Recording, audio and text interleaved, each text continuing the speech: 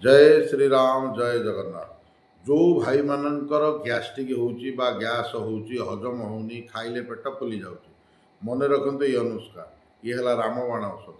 प्रत्येक दिन आपण मैंने राति गोटे चामच पानमहुरी 20-25टा जीरा को गोटे ग्लास रे बतुरई देवे। सकाळु आपण उठिकी ताकू चोबेकी से पानी पी नेबे बसिकी उकुड़ आसन रे बसिकी।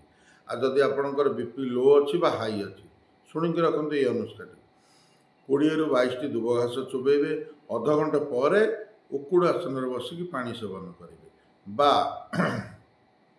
7टी बेलपत्र नहीं जिवे।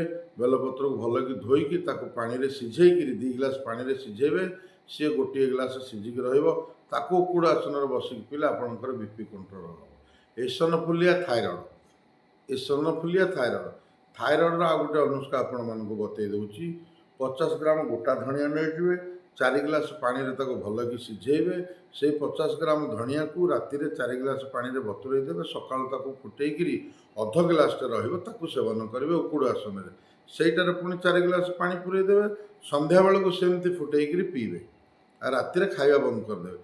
ता संगरे कंचा धनिया पत्र शिଳରେ बाटिबे चटणी करेंगे 2टी गोलमरीच 2टी लवंग पकई ताको सेवन कले 7-8 दिन भितर थायरॉइड पळेबो। ये संपूर्ण मागणा।